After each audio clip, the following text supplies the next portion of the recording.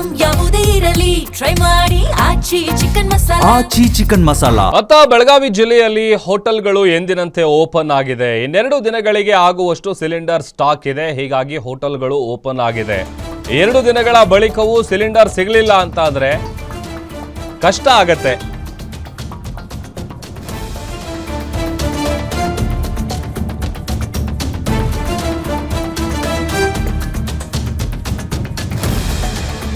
ಬೆಳಗಾವಿಯಲ್ಲಿ ಸದ್ಯ ಎಲ್ಲ ಹೋಟೆಲ್ಗಳು ಓಪನ್ ಇದೆ. ಕಾರಣ ಇನ್ನೆರಡು ದಿನಗಳಿಗೆ ಆಗುವಷ್ಟು ಸಿಲಿಂಡರ್ ಸ್ಟಾಕ್ ಇದೆ. 2 ದಿನ ಆದಮೇಲೆ ಏನಾದರೂ ಮತ್ತೆ ಸಿಲಿಂಡರ್ ಸಿಗಲಿಲ್ಲ ಅಂತ ಅಂದರೆ ಆಗ ಸಂಕಷ್ಟ ಎದುರಾಗುತ್ತೆ. ಕಮರ್ಷಿಯಲ್ ಗ್ಯಾಸ್ ಸಿಲಿಂಡರ್ ದರ ಹೆಚ್ಚಳ ಆಗಿದೆ. 2200 ರೂಪಾಯಿ ಕೊಟ್ಟರೂ ಕೂಡ ಕಮರ್ಷಿಯಲ್ ಸಿಲಿಂಡರ್ ಸಿಗ್ತಾ ಇಲ್ಲ. ಸದ್ಯಕ್ಕೆ ಊಟ ತಿಂಡಿ ದರದಲ್ಲಿ ಯಾವುದೇ ರೀತಿಯಾದಂಥ ಹೆಚ್ಚಳ ಮಾಡಲಾಗಿಲ್ಲ. ಇನ್ನೆರಡು ದಿನಗಳಲ್ಲಿ ಸಿಲಿಂಡರ್ ಸಿಗಲಿಲ್ಲ ಅಂತ ಅಂದರೆ ಆಗ ದರ ಹೆಚ್ಚಳ ಆಗುವಂತಹ ಸಾಧ್ಯತೆ ಇದೆ. ಮತ್ತಷ್ಟು ಡೀಟೇಲ್ಸ್ ಕೊಡ್ತಾರೆ ನಮ್ಮ ಪ್ರತಿನಿಧಿ ರಾಜೇಶ್ ಹೋಗಾರ್ ಲೈವ್ ಜಾಯ್ನ್ ಆಗ್ತಾ ಇದ್ದಾರೆ. ರಾಜೇಶ್, ಈಗ ಆಲ್ರೆಡಿ 3 ದಿನಗಳಿಂದ ಹೋಟೆಲ್ ಉದ್ಯಮಿಗಳಿಗೆ ಸಿಕ್ಕಾಪಟ್ಟೆ ಹೊಡೆತ ಬೀಳ್ತಾ ಇದೆ.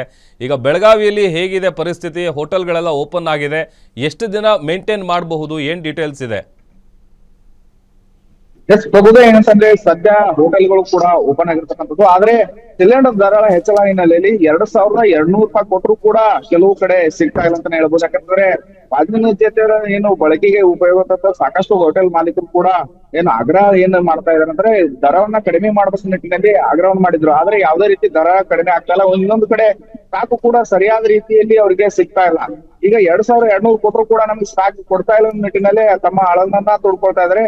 ಒಂದು ವೇಳೆ ಇದೇ ರೀತಿ ಮುಂದುವರೆದ್ರೆ ಇನ್ನೆರಡು ದಿನಗಳಲ್ಲಿ ನಾವು ಸಾಮಾನ್ಯವಾಗಿ ತಿಂಡಿಗಳು ಮತ್ತು ಊಟದ ದರವನ್ನ ಹೆಚ್ಚಳ ಮಾಡ್ತೀವಿ. ಒಂದು ವೇಳೆ ಅದು ಸಿಗಲಿಲ್ಲ ಅಂದ್ರೆ ನಾವು ಹೋಟೆಲ್ಗಳನ್ನ ಬಂದ್ ಮಾಡುವಂತ ಪರಿಸ್ಥಿತಿ ನಿರ್ಮಾಣವಾಗುತ್ತೆ ಮಾತನ್ನು ಕೂಡ ಹೇಳ್ತಾ ಇದಾರೆ. ಹೀಗಾಗಿ ಈಗ ಸದ್ಯ ಏನಂತಂದ್ರೆ ಹೋಟೆಲ್ಗಳು ಓಪನ್ ಆಗಿ ಯಾವುದೇ ದರದಲ್ಲಿ ವ್ಯತ್ಯಾಸ ಆಗಿಲ್ಲ. ಆದ್ರೆ ಇನ್ನೆರಡು ದಿನದಲ್ಲಿ ಇದೇ ರೀತಿ ಪರಿಣಾಮ ಮುಂದುವರೆದ್ರೆ ಬಂದ್ ಮಾಡಬಹುದು, ಇಲ್ಲ ಏನು ದರಗಳನ್ನ ಹೆಚ್ಚಿಗೆ ಮಾಡುವಂತ ನಿರ್ಣಯಕ್ಕೂ ಕೂಡ ಹೋಟೆಲ್ ಮಾಲೀಕರು ಮುಂದಾಗ್ತಾರೆ ಅಂತ ನಾವು ಹೇಳ್ಬೋದು. Prabhudev. Okay, thank you Rajesh ನಿಮ್ಮೆಲ್ಲ ಡೀಟೇಲ್ಸ್ಗಾಗಿ.